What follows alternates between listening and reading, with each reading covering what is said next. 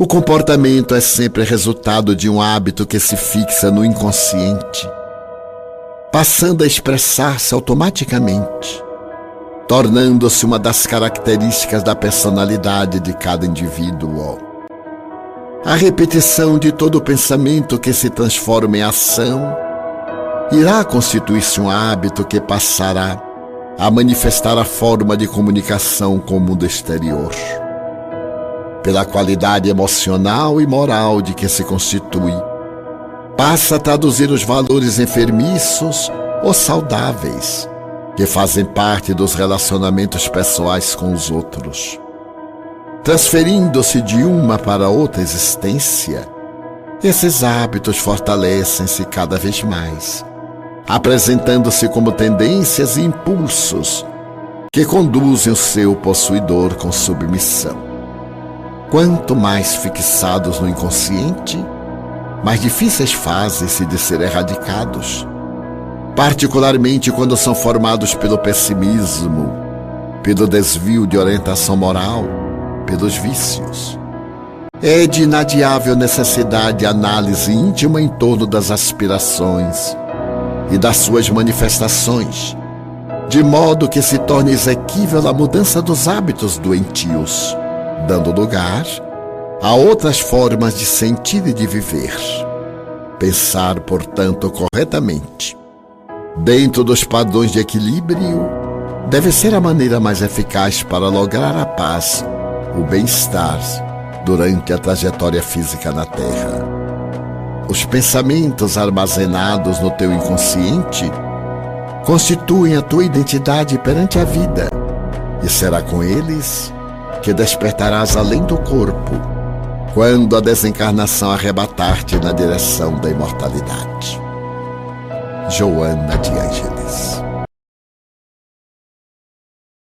Queridas irmãs, queridos irmãos da Casa Espírita União com Jesus, aqui estamos mais uma vez para esse encontro fraterno, rogando a Deus, nosso Pai Criador, que nos inspire, que nos auxilie, para levarmos uma mensagem aos irmãos dessa querida casa.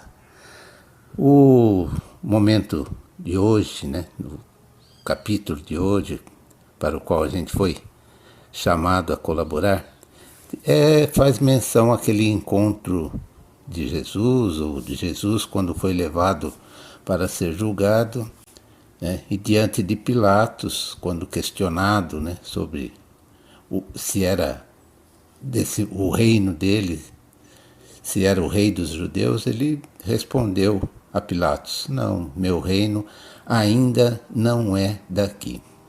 E dessa passagem, nosso irmão Kardec, auxiliado pela espiritualidade, faz um grande enunciado, vem falar para a gente dessa questão, um propósito que a gente deve ter, que é mostrar que a essência da vida está na existência futura. E isso é uma colaboração que o Evangelho dá a todos nós, como aqueles que se dispõem a cultivar, a estudar o Evangelho do Cristo, vem nos dizer dessa vida futura. E nada melhor para a gente estar nesse contexto, desse momento atual, a gente tem que estar buscando uma mensagem oculta. O que é que a espiritualidade, o que é que o Deus, nosso Pai, quer de nós nesse momento, diante de uma pandemia que afeta ao mundo todo, né? O que é que Ele quer da gente? Que a gente não perca jamais a fé e a esperança, de termos a consciência de tudo aquilo que nos acontece e está acontecendo é pela providência divina, que vem testar a capacidade da civilização.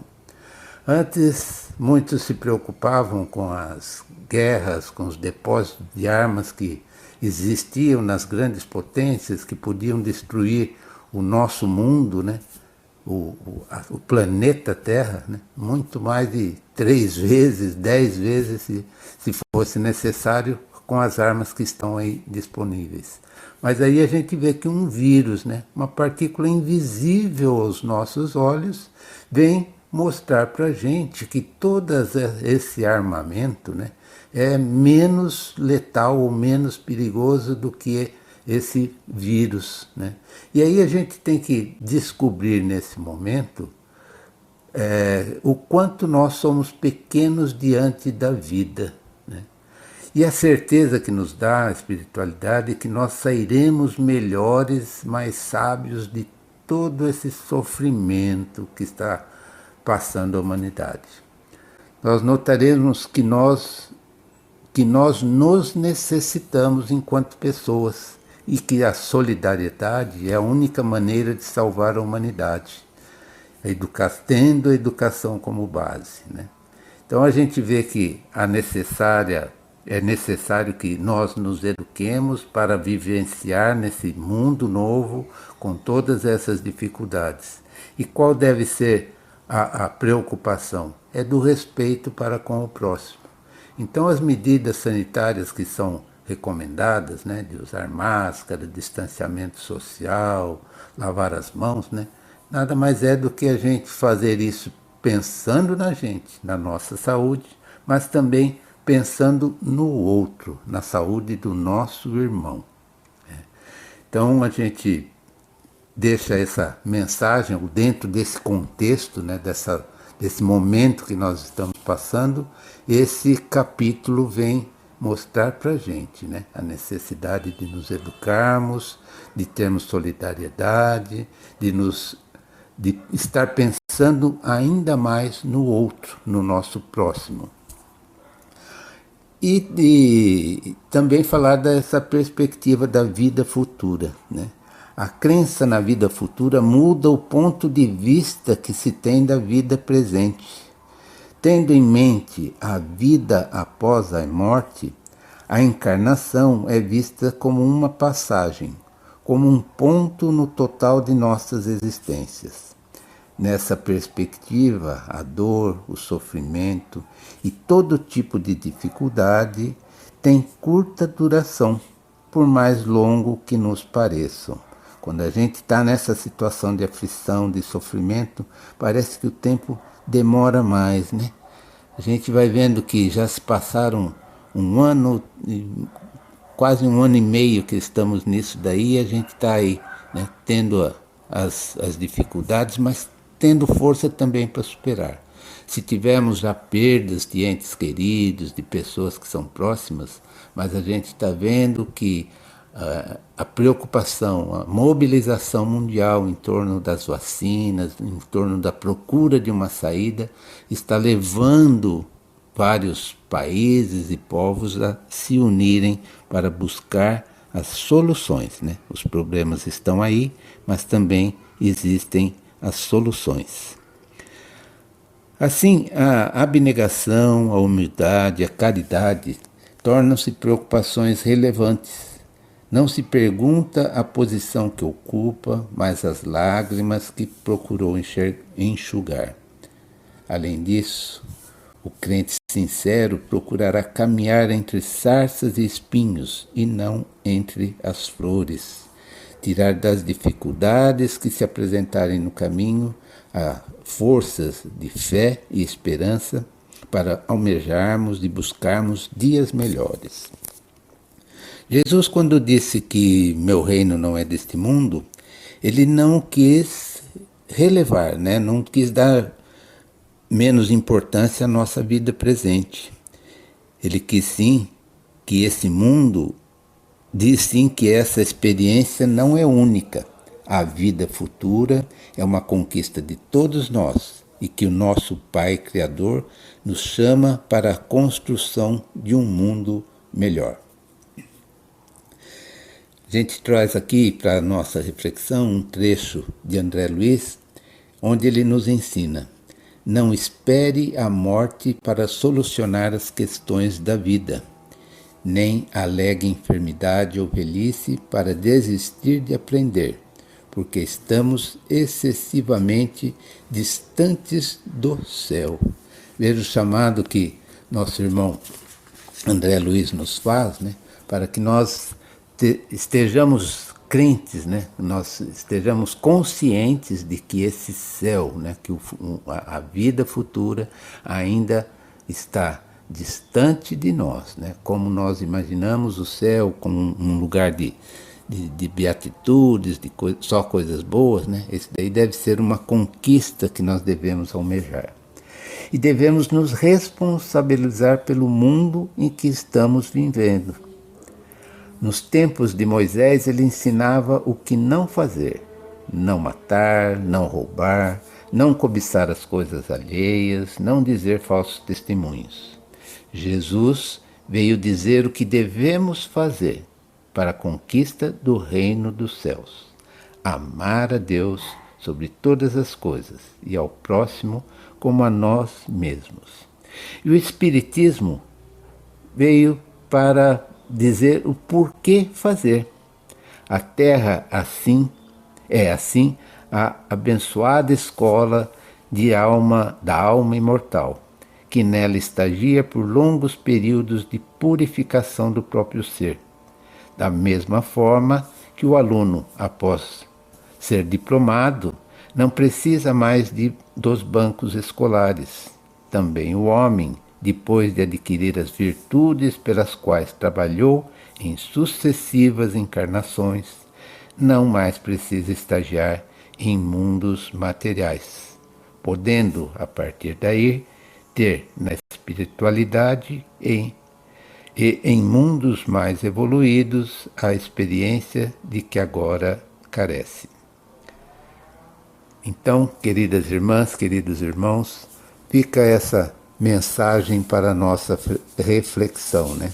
Que nós estejamos olhando o momento atual, né? Os dias pelos quais passamos, como um estágio que nós, enquanto seres humanos, deveríamos experimentar para a nossa evolução. A partir dessas dificuldades, desse sofrimento, a gente pode compreender melhor, né? Ter a crença, ter a certeza dessa vida futura. Que nós não estamos aqui estagiando, passando simplesmente por um mundo por passar. Nós temos algo a fazer. E nesse momento de sofrimento, de muitos irmãos queridos, familiares, né, a gente deve estar compartilhando o nosso sentimento de amor, de fraternidade e, acima de tudo, levando mensagens de fé e esperança. Então, que todos nós possamos ter um dia e uma semana maravilhosa e que estejamos sempre crentes que, unidos com Jesus, nós estaremos sempre bem. Um abraço a todos. Graças a Deus, mais uma vez todos juntos, reunidos para estudar o Evangelho do nosso Senhor Jesus. E para hoje nós temos o segundo capítulo que denomina-se Meu Reino Não É Deste Mundo. Então aqui nesse capítulo, Kardec nos traz a vida futura, ele comenta sobre a realeza de Jesus e o ponto de vista. E nós temos nas instruções dos Espíritos, que compõem o final de cada capítulo do Evangelho, a mensagem de uma rainha famosa, né? Que entre nós espíritas, em que ela vem contar como se deu a passagem dela para o plano espiritual, uma vez rainha aqui na Terra. Então, a passagem evangélica diz o seguinte: tornou a entrar Pilatos no palácio e chamou a Jesus e disse: Tu és o rei dos judeus? Respondeu-lhe Jesus: O meu reino não é deste mundo. Se o meu reino fosse deste mundo, certo que os meus ministros haveriam de pelejar para que eu não fosse entregue aos judeus. Mas por agora o meu reino não é daqui. Disse então Pilatos: Logo tu és rei? Respondeu Jesus: Tu o dizes. Eu sou o rei.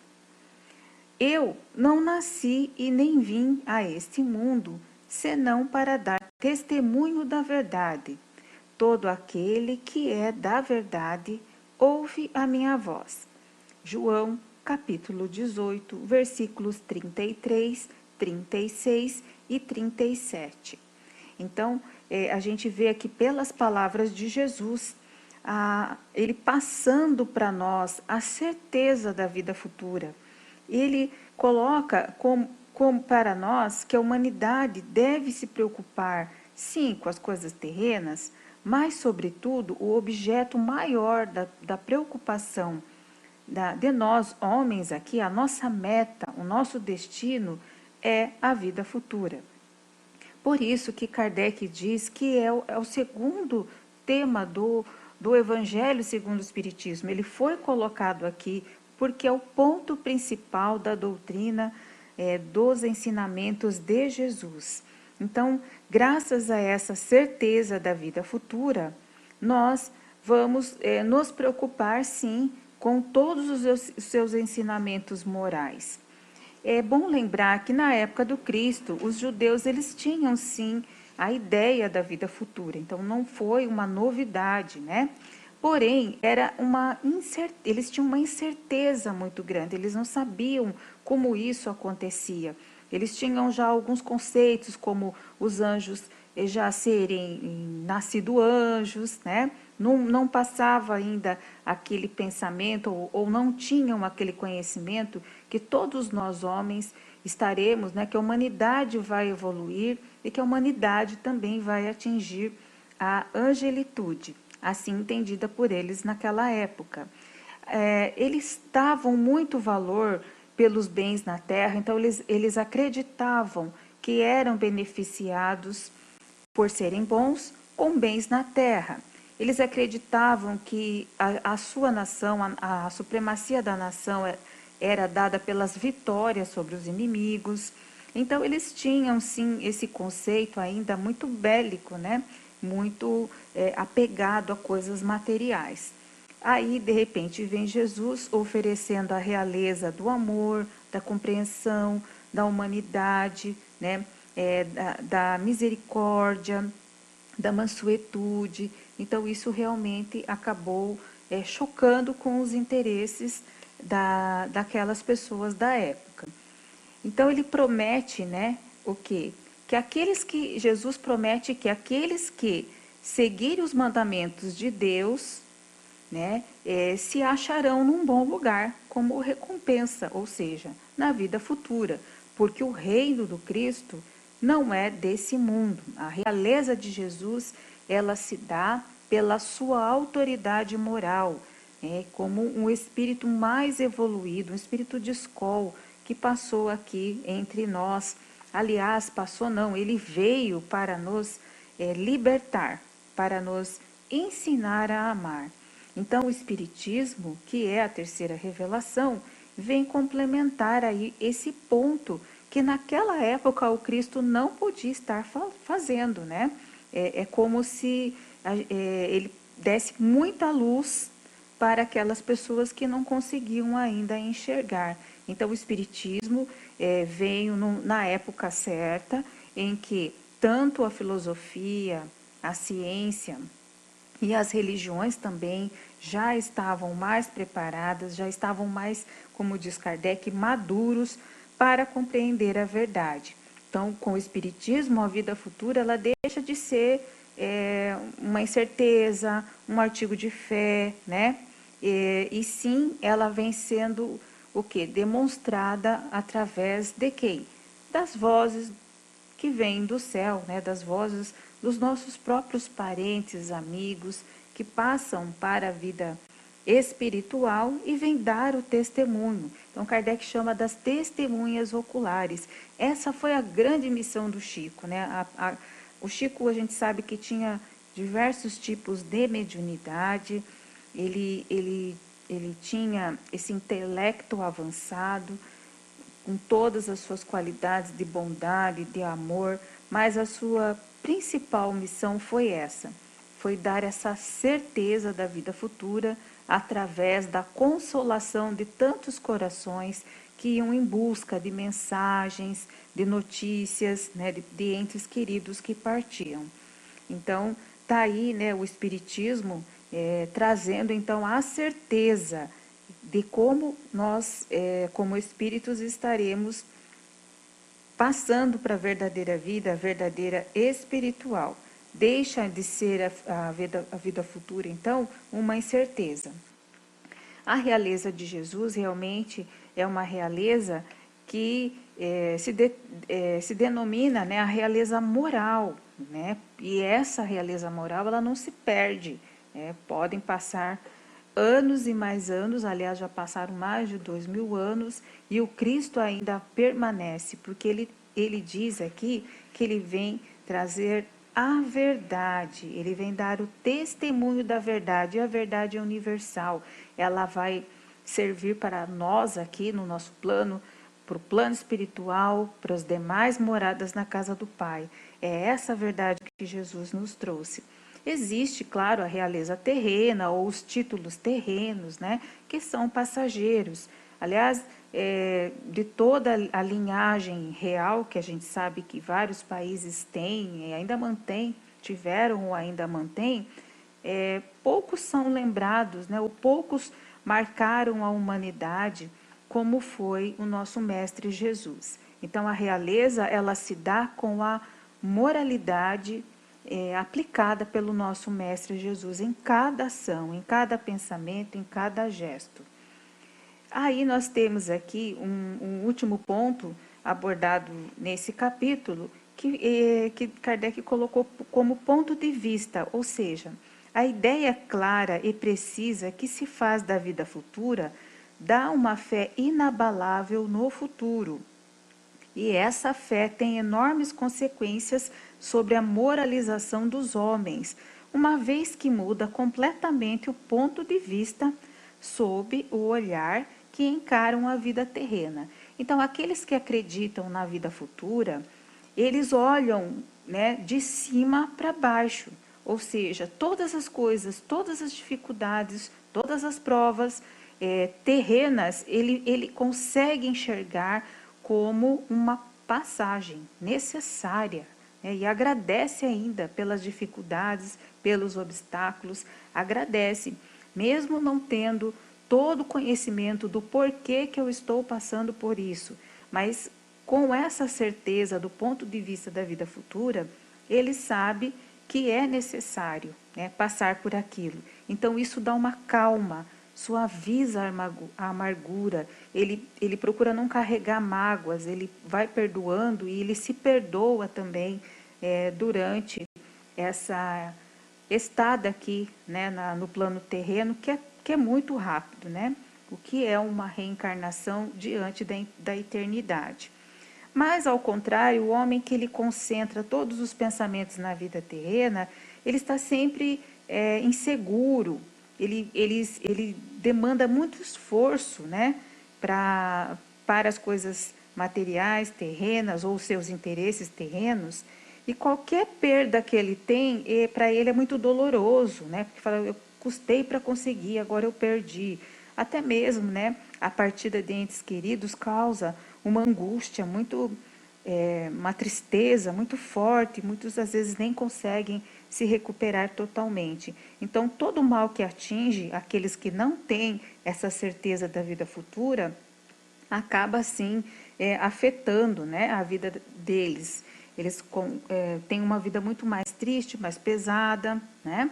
Ao passo que aquele que crê na vida futura, por mais tristeza que também os sofrimentos aparecem, ele tem aí uma fé fortalecido. Ele sabe que é por pouco tempo e principalmente ele sabe que é necessário.